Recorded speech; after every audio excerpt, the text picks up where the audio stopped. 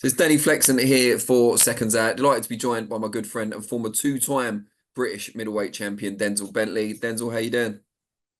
I'm all good, thanks, man. And yourself? Yeah, very good. Thank you.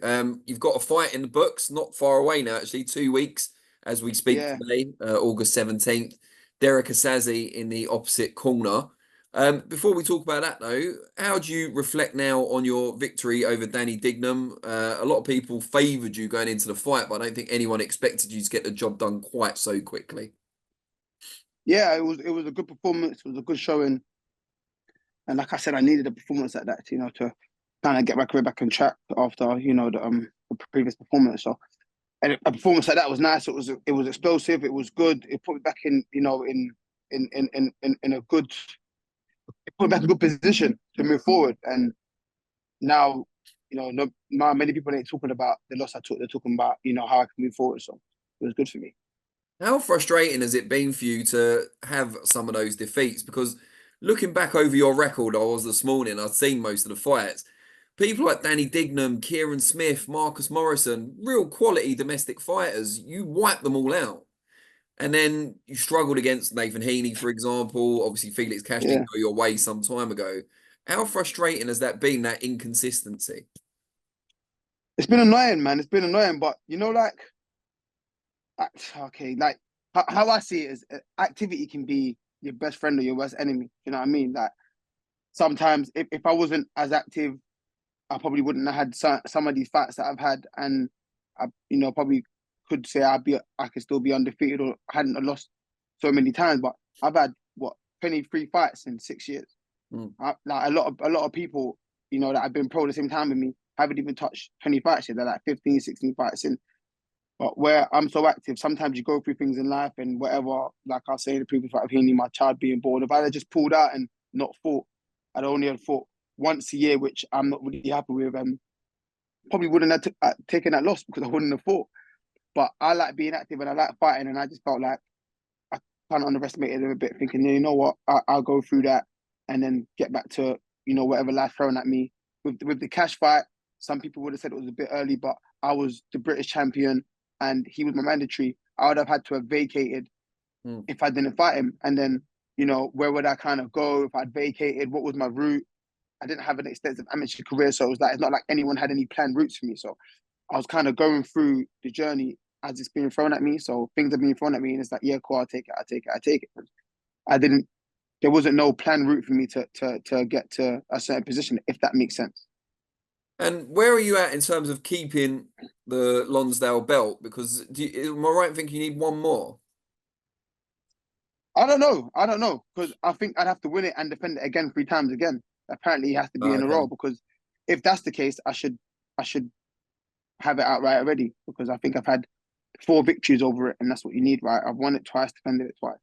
So I don't really know, to be honest, but that's a conversation for another day after this fight to see where we're at and what we can do moving forward. What did you make of the choice of Derrick Osaze as the opponent? Obviously, talented guy. He's been around the scene for a while. Seems maybe like a sideways step after Danny Dignam, if that's fair. Yeah, I mean, I think we are kind of struggling for opponents. There was a few opponents out there, but there was none that could really give anything. And then Derek came up, and I was like, if that's what it has to be, that's what it has to be. Do you know what I'm saying? Like, just get in contact. Those 2 people, I think it was Derek and a French guy. I forgot his name. Fought Sam Egerton, and I was like, yeah, look, just call them both on, and whoever gets back gets back. And obviously, Derek got back. He fancied it. Obviously, he's in a place in his career where he needs a career-defining win to kind of move on. But I think he's a good fighter, but not many people know about him. And he's a good fighter. I mean, like I say, it's a sideways step, and it's a tricky fight for what it's worth, if that makes sense. Yeah, I mean, I suppose in essence, you've got more to lose than he has at this stage. He won that Ultimate Boxer tournament, didn't he? And then lost to Tyler Yeah, Denny, a defeat that doesn't look so bad now. Denny's gone on that yeah. run of form. What threats do you feel he poses, Derek? Derek, he's very physical, throws a lot of punches. I know he's fit. Um, yeah, he's fit and strong, and he's awkward. I mean, he doesn't really, gel too well with certain opponents, but he's fit, strong, and he's awkward. So he's someone I've got to be careful of. I know he likes to try and be physical, and he has to kind of come forward and impose his will. So I gotta be careful and box sensibly. Have you sparred him in the past? Sparred him, yeah, sparred him about 6 years ago though. So I can only take little bits from it. Like I said, his physicality and his work rate, I can really take out of it. He probably in 6 years, I mean, it's hard to say he hasn't improved. You know what I'm saying? So he's probably improved within that time, and it'll be a different look. But those key things don't change. Your physicality, I mean, he's not going to get any weaker, is he? And his work output, I can't imagine it slowing down. So, yeah. What's the ultimate plan for you? Is it a route back to that world title level where you impressed so many people against Janibek? Or is it getting back some of those other defeats, the domestic level ones? What do you want to do? I mean, yes, I mean they're both options, isn't it? I mean, I'm number 2 at WBO, so I'd like a route back to world champion, to world titleship. That's where I want to be. I want to be, a world champion, God willing. But yeah, I mean, getting revenge back for some of the defeats will be good. It will be very good. I mean, especially the Heeney one and Cash, both of them actually. It would be good. So if either of those options present itself, then I'd take any of them, to be honest. And both of those two guys that we just mentioned lost their previous fights. Felix Cash obviously lost to Tyler Denny. And we saw Nathan Heeney come up short in the rematch with Brad Pauls. Were you surprised by either or both of those results? I was surprised. I was more surprised by Tyler Denny and Cash. But like I said, um, or like you said, sorry, Tyler Denny's been on a great run of form. I mean, since beating Derrick Osaze, he's beat about 4 or 5 undefeated fighters on the spin. Won the European champion. So it was more like, wow, like yeah, the run he's on is real. Like he's done well to get to where he's got to, and he came in as the away fighter for most of these fights, and he's causing upset every single time. So yeah, no, it's good for him. I thought Cash would have been a bit stronger, but I think the inactivity from him hasn't done him any favors. Changing trainers, probably hasn't really had time to gel with Adam Booth and stuff like that. Because Adam Booth teaches a totally different style to Tony Sims. Sure. So he probably didn't have time to kind of gel to that new sort of teaching. But I still feel like he was a fighter good enough to have beaten Tyler Denny regardless anyway. But Tyler Denny's on a great run, and sometimes your form is unbeatable, man. And right now he's on a good run. We'll talk about his next fight momentarily, but when you watch Nathan Heeney in the first fight draw with Brad Pauls and then obviously lose in the rematch, does that make it more frustrating the result you had against him? Because you might have watched those fights and thought, I should have beat this guy. Yeah, 100%. But because I know the situation and what I was going through, where I was mentally and stuff, it's like it's annoying, but it's like I can't kill myself over it. It's just like, oh my days, I just wish circumstances were different. But when I see it, I just laugh and just feel like, yeah, I'm an idiot, because if I didn't lose that fight, this wouldn't have been happening. But I enjoyed it. So it was both fights were entertaining. They were good fights. They both boxed really well. But yeah, after I watched those, I was just like, yeah, I'm just an idiot. I shouldn't have been losing to him, but I did. So what can I do? I guess the more of these fighters you fight, the more punditry opportunities you're getting on TNT as well. So it's not all bad. Yeah, I guess so. Yeah. Yeah, it's true. That's true. How much are you enjoying that? I am. I'm enjoying it a lot, man. I'm enjoying it a lot. At first I didn't know how I'd take to it. I thought I was gonna have a bit of a mare, but I could talk boxing all day, just on a normal day. You know what I'm saying? So I was just doing it just in a professional manner. I just gotta watch my language a bit and not say too much in case I sound like an idiot. I mean, I'm enjoying it. It's good. The people that I work with on these channels are good people as well. They're easy to communicate with. People behind the scenes are all lovely. So it makes it nice. It makes it fun. It makes it fun, and it's the easy side of boxing, isn't it? So yeah, can't I think complain. you often see, and I don't mean this disrespectfully, higher profile pros getting put in these roles as pundits. And a lot of the times they don't seem to know a lot of the fighters that are on the undercards and so on. Whereas Yeah. your boxing knowledge is really impressive. Yeah, no, thanks. But I'm a proper boxing fan. I enjoy boxing. I proper love boxing. So I watch it at every level. Mm. Even some of the small shows, I might just tune into. I'll do a lot of commentary on some small shows, or I might just tune in to some of the ones that are being streamed, because I might like certain fighters and I end up watching the whole show, and I might have seen this fight before, or heard of that fighter before, and I just like to kind of keep in touch with what's going on, not just the big shows or the big fights, because sometimes you get these fights that go under the wraps that are mad entertaining. Like the other day there was that TM14 versus Nelson boxing show at O2 Indigo. I done some commentary on it. Some of the fights on that card was was that they were actually sick. And then the main event, Joe Bartel and Jordan Reynolds, that was a proper proper good fight. And certain people would have missed that because it's not big time boxing. So I just like boxing, and especially in my weight class, I kind of look around everywhere to see who's coming up, who's behind me. I don't want to get slipping. I want to see who's about. But yeah, I just generally enjoy watching boxing, if I'm being honest. So I know a fair bit about a lot of the people on these undercards for the cards that I do punditry on. And I guess people that are, like you said, high profile guys, they're just looking at the big names, innit? Well, let's talk about one of the more high-profile undercards taking place in the UK this year, September 21st, Wembley Stadium. Yeah. I'm sure you're maybe a little disappointed not to be on the show yourself, but there are two big domestic clashes in your division. Starting off with Hamzah Sheeraz, someone you were linked with a number of times in the past, promotional stablemate, of course, going up against Tyler Denny, who we've already mentioned a couple of times in this interview. What do you make of that? Because a lot of people seem to be writing Denny off in the build-up, but given his run of form, that seems maybe a little short-sighted. Yeah, it is. But I mean, I got Hamza the favorite in that fight simply because I think Tyler Denny, his run of form has been good, but up until Cash, he beat a lot of prospects. It wasn't like solidified contenders. They were all prospects with you were seeing what can these guys do. He beat River Wilson, Ben, Brad Ray, Derrick Osaze. He won an Oman boxer. That was a good win.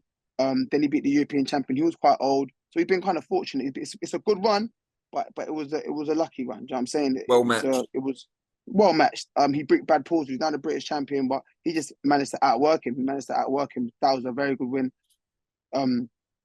And yeah, he look, he got his chances and took it. But Hamza's a different level of fighter to all those guys. Hamza. One thing I think about Hamza, he's very disciplined. He's very disciplined. He's not going to get caught in a firefight. You're not going to make him panic, and you're not going to make him box out of rhythm.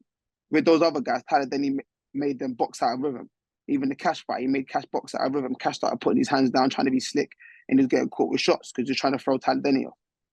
So he made them box out of their rhythm. So with Hamza, he won't be able to do that. And if he does do it, I'll be very surprised and I'll give him all his credit. But just from the outside looking in, I don't think he'll be able to do that. Hamza's very disciplined. If Tyler Denny's on the attack, Hamza will just happily sit in these covers comfortably and wait till the storm passes and then let his shots go in between. He will just look for what's there and let his shots go in between. Similar to that, what we saw against Amma Williams. Alan Williams was caught with a big straight left hand. It shook him a little bit, and he just sat in his covers until the storm went past, and then he started chipping away at his shots. He started looking for shots in between. Every time Ammo came out in the early rounds, he threw a big flurry. Hamza would just sit in his guard, sit in his defense, make sure everything's nice and tight, and then when the pace slowed down a bit, he'd take a little peek, find his shots in between, and start landing them.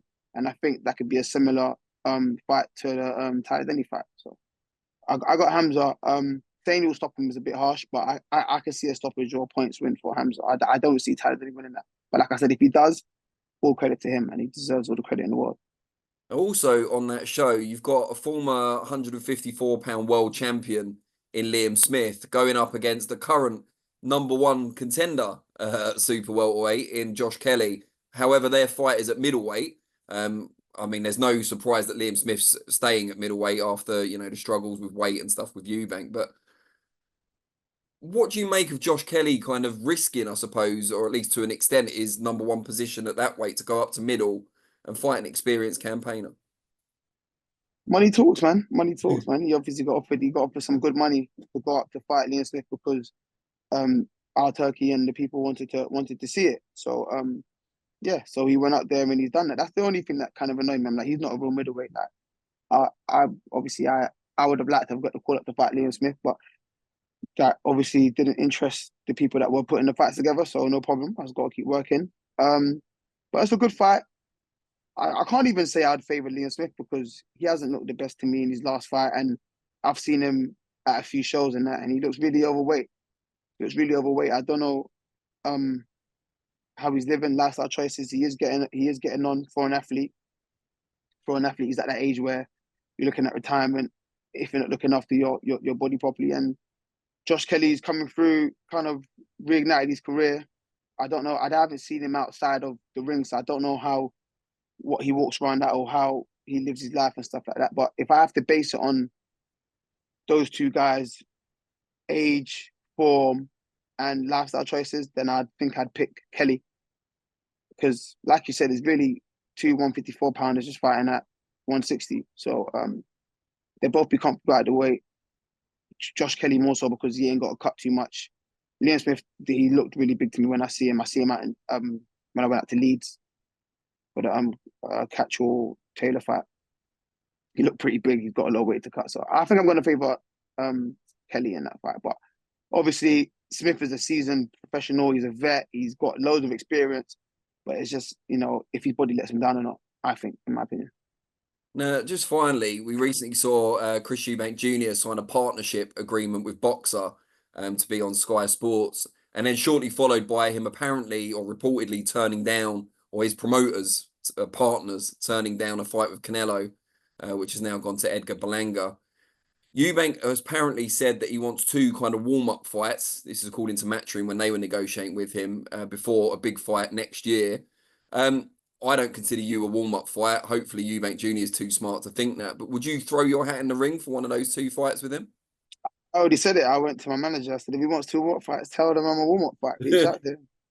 Because Eubank likes to act like he don't know what's going on in the division. He don't know who's who and blah, blah, blah. Like you said, he's not that stupid. He would know a fair amount of, the people in and around the division at a certain level that he would consider a warm-up fight. So I just said, look, put my name in the hat. If you consider me a warm-up fight, let's do it. Do you know what I mean? So, yeah, well, you're man. WBO number 2, as you said earlier, so there is an incentive there for him. Yeah, it's true, but I don't think he wants to win a world title anyway, because he was sitting at the manager's position for Janibek and didn't say his name once or didn't try to get the fight made, or I'm saying that Janibek's made it clear that he would come to the UK to fight him or whatever. So I don't think he has any intentions of being a world champion. He just wants to clean up financially, and there's no problem with that. Just obviously we all want to clean up financially, but I think his goals in the sport are different. He doesn't really want to be a world champion, I don't think. If he picked you as a warm-up fight, obviously in error, you could end up being the man to end his career. Because if he loses at what he considers that level. Yeah, 100%. I can warm up his retirement for him, so that'll be all right. Brilliant. Well, that's the headline. No, really appreciate it, mate. It's always good. When are you next? Like, obviously, you got the fight. Have you got any punditry stuff booked in for after that? No, nothing. They ain't contacting me for anything. But I'd like to, if I could do some punditry for the fight in September, for the show in September, that'd be good. It's over here in the UK, so that'd be lovely. So I might be sending a few checks after my victory on 17th of August. Well, if not, we'll try and book you for a watch along. I don't think we pay as well as TNT, I've got to say, but fair enough. Yeah, let me know. Got a bidding war. All right, really appreciate it, mate. Take care. Thank you. Speak soon. Cheers. Yeah.